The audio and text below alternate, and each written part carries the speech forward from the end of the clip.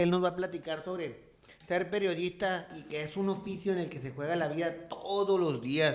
Y es que México ya se ha convertido, Juan, pero también hemos visto que en otras profesiones también México es un país complicado para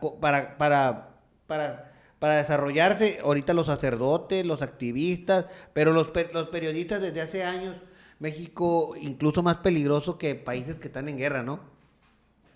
Sí, así es. Hola, muy buenas tardes, Cintia, y muchas gracias por la invitación. México es uno de los países más peligrosos para los periodistas en el mundo. Definitivamente, no solo por la cifra en general que tenemos sobre letalidad, ¿no? Que 156 asesinatos de periodistas en lo que va desde el año 2000 y 11 ya en lo que va de este año, al menos 11.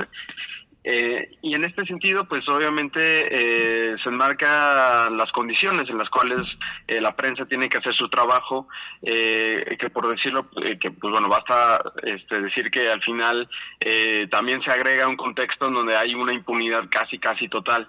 Y es por eso que también en el artículo 19 nos dimos a la tarea de crear una campaña que lanzamos el día de ayer, que justo fue, además del Día de Muertos, coincide con que es el Día Internacional para poner fin a la impunidad contra los crímenes contra periodistas, este día que lo propuso la ONU.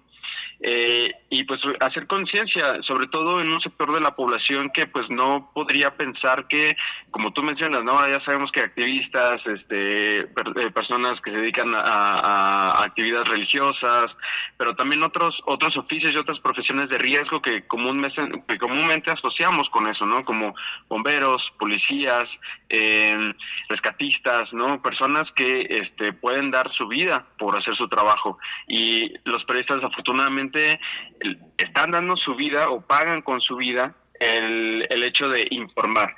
La diferencia está en que esto no tendría que suceder, ¿no? Y pues al final queremos como generar esta concientización del riesgo que viven las y los periodistas en el país.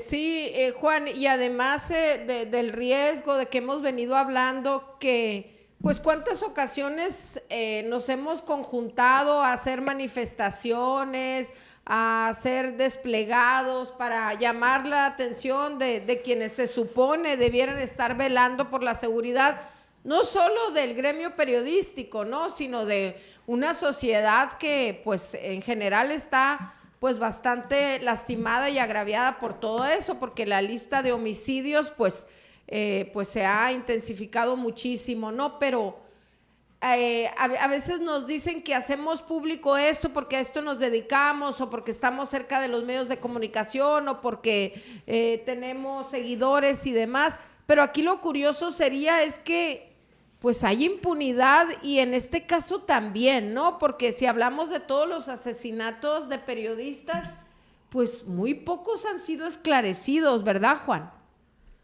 Sí, por supuesto. Y de hecho, pues en ese sentido toca decir qué es lo que están haciendo las autoridades. Por una parte, no se puede explicar la impunidad sin la omisión y sin la falta de voluntad que han tenido no solamente las fiscalías de los estados, pero también la fiscalía especializada de la FGR, la famosa FEADLE, y que pues han permitido que esta impunidad sea casi total. Estamos hablando de que el 98% de estos crímenes aún quedan sin resolverse, sin identificar incluso autores materiales y ya ni siquiera los autores intelectuales, ¿no? Sabemos que en algunos casos de asesinatos se ha podido identificar y incluso se ha dictado sentencia a los gatilleros, ¿no? Pero no se ha podido saber quiénes son los que mandaron a matar a los periodistas, a las periodistas. Y esto, pues al final es una gran falla, porque pues al final pueden seguir mandando a matar periodistas, pero no sabemos si son las mismas personas, no sabemos si están en una posición de poder, que es lo que uno supondría, dado el crimen, ¿no?, que se comete, pero quiénes son, ¿no? ¿Qué intereses tienen? Y pues es todavía más complicado cuando pues vemos que pues fallan en el protocolo homologado para investigar los delitos, no se comunican entre las fiscalías estatales y las federales. Por supuesto que las estatales gozan de una reputación todavía peor a la Fiscalía Federal. Hay un uso faccioso, ¿no?, de los procesos en términos de a qué casos elegir, qué casos no. Esta fiscalía especializada de la que comentaba tiene una facultad constitucional de atraer todos los casos de crímenes contra periodistas. Sin embargo, o inclusive pues uno pensaría que atraería los más graves como los asesinatos o las desapariciones, pero ni siquiera ha hecho eso. Y la verdad, en este sentido, pues las autoridades dejan mucho que desear, pero sobre todo, y más allá de la decepción, ¿no? Le dan la espalda a la prensa, pero también le dan la espalda a la sociedad, porque hay que recordar que detrás del motivo por el cual pueden matar a un periodista, pueden agredir a un periodista, está el hecho de que no quieren que sepamos algo como sociedad. Entonces, como ciudadanos, como ciudadanas, pues perdemos eso, perdemos la información de interés público y al final eso también nos afecta, ¿no?, a todos y a todas. Juan, yo no sé si ustedes ahí en artículo 19 tengan pues por llamarlo de alguna manera, la certeza o del número de periodistas asesinados, qué porcentaje o si todo ese porcentaje se debe a la actividad, al trabajo realizado o tuvo que ver otra situación para ello. No sé si reconozcan ese punto. Sí, en el caso de la documentación que hacemos en el artículo 19, de hecho lo que publicamos hasta el corte del primer semestre de este año, vimos que la mayor, digamos que si organizamos las agresiones por el tipo de cobertura en el que están relacionadas, la cobertura de corrupción y de temas políticos este año, o al menos en este primer semestre de este año, surgió como la que tuvo mayor incidencia de agresiones. Esto es un cambio de tendencia frente a lo que veíamos el año pasado y el antepasado, en donde la cobertura de hechos violentos, de seguridad y justicia como comúnmente se conoce, era lo que más veíamos que generaba o que derivaba agresiones. Entonces, aquí esto lo podemos, si ya lo contrastamos, por ejemplo, con que el 40% de las agresiones son cometidas por parte de agentes del Estado, entonces, y vemos que la cobertura de corrupción y política es la que más está generando agresiones, pues bueno, uno ya podría hacer como diferentes suposiciones, pero que al final no podemos completar porque también ahí falla, como habían mencionado, el Estado en brindar justicia, en brindar verdad, pero el contexto se enrarece, ¿no? Cuando estamos hablando de que, por una parte, las y los periodistas haciendo su trabajo cuestionan a las autoridades en su quehacer, exigen rendición de cuentas, pero eso les da mayor probabilidad, esa actividad, de que puedan ser agredidos o agredidas, de que los puedan amenazar, de que los puedan hostigar, de que los puedan agredir físicamente, generar campañas de desprestigio, les puedan demandar, o ya en otros casos que los puedan desaparecer o asesinar. Actualmente, Juan, ¿cuántos periodistas, cuántos activistas están pues en los programas de protección que ustedes manejan?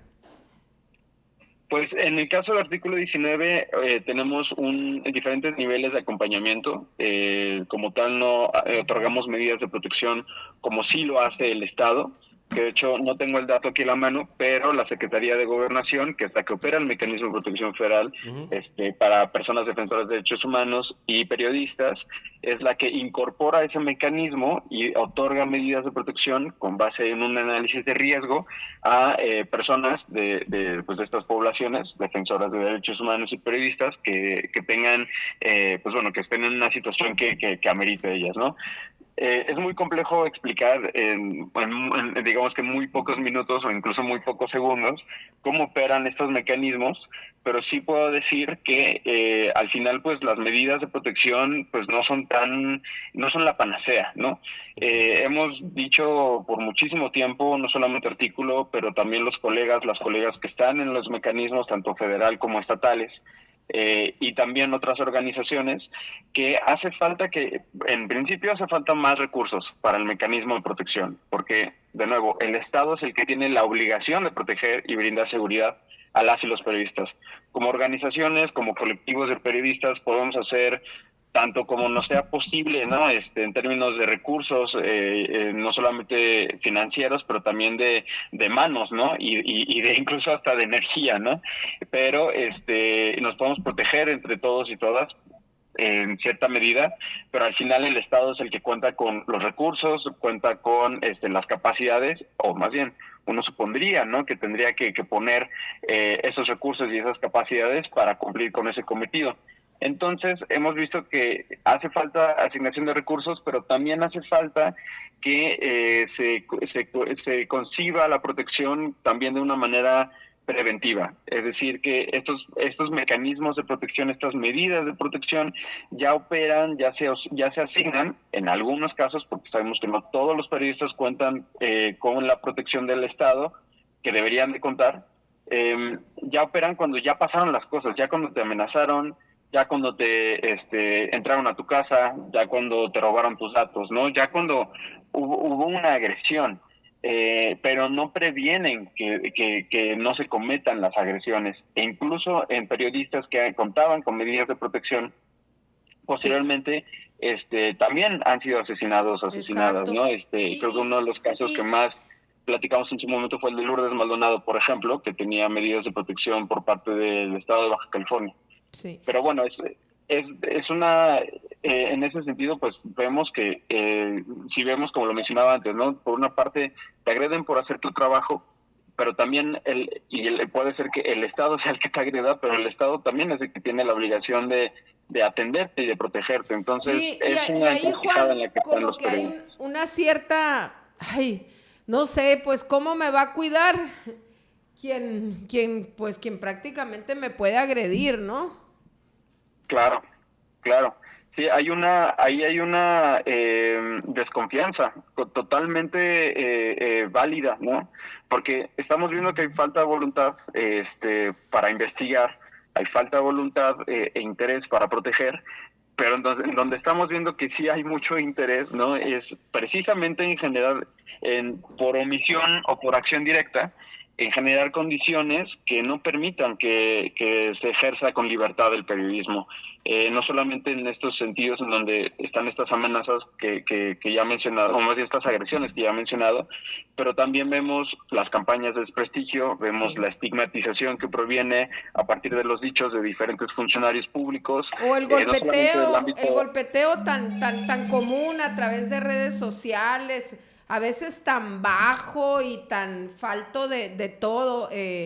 Juan, yo creo Y que que lamentablemente últimamente hasta de los propios, pues lo voy a decir con todas sus letras, los paleros de la propia administración federal. sí, no, y administraciones locales y de todo, no puede uno expresar algo en redes sociales porque al momento es atacado de una manera pues muy baja, ¿no? Y uno sabe a lo que se atiene, que siempre van a hacer esto, pero pues desafortunadamente pues preocupan a nuestros familiares, ¿no? Pues a mí en mi caso, mi hijo pues ya está grande, ya ve redes sociales y luego tiene uno que andar explicando y diciéndolo como es, ¿no? Son unos cobardes que no cumplen con su trabajo y creen que amedrentándonos de esa manera, pero no lo debemos de permitir, ¿eh? No lo debemos de permitir que por ellos no cumplir se pongan a hacer esto, ¿no? Como haciendo que ya no nos quejemos, que ya no los señalemos, ¿no? Claro, y es complicadísimo porque lo vemos en todos los niveles, como menciona, lo vemos en el ámbito local, no, Sí. municipal, estatal, federal, y no hay condiciones, incluso en términos de la discusión, ¿no? Del debate que se genera a partir del trabajo periodístico. Y cualquier crítica se responde con pues completa aversión, ¿no? Como decir, pues, pensar, y por eso lanzamos esta campaña, también en un sentido de decir, pues, el trabajo del periodista, de la periodista, está en este cuestionamiento, está en este ejercicio de la crítica. al final no se puede decir que uno no le va a decir al bombero como, bueno, ¿por qué apagas el incendio, no? Si en realidad, pues, no es tu incendio, ¿no? Por decir algo muy, muy banal, ¿no? Y muy general, pero que al final es ridículo y es impensable, también viéndolo desde el contexto en el cual pues trabaja la prensa, porque al final está haciendo su trabajo, está haciendo lo que tiene que hacer. Y en este sentido lo que tienen que hacer también funcionarios públicos es dejar de atacar a la prensa, dejar de estigmatizarla, dejar de utilizar recursos públicos para hacerlo y gobernar, ¿no? Y en ese sentido de su acción que tienen que hacer, pues la prensa siempre estará vigilando, no solamente porque es su trabajo, pero también porque en ese mismo trabajo está el interés de la población de tener un buen gobierno, de saber qué es lo que puede hacer, de defenderse, no muchas veces frente a ese gobierno y de exigirle rendición de cuentas. Muy bien, pues gracias al oficial de comunicación de Artículo 19, Juan Vázquez, por hablar de estos temas que los tenemos que poner en la mesa y ser reiterativos con esto. Muchísimas gracias a ustedes. Un abrazo. Gracias, hasta pronto.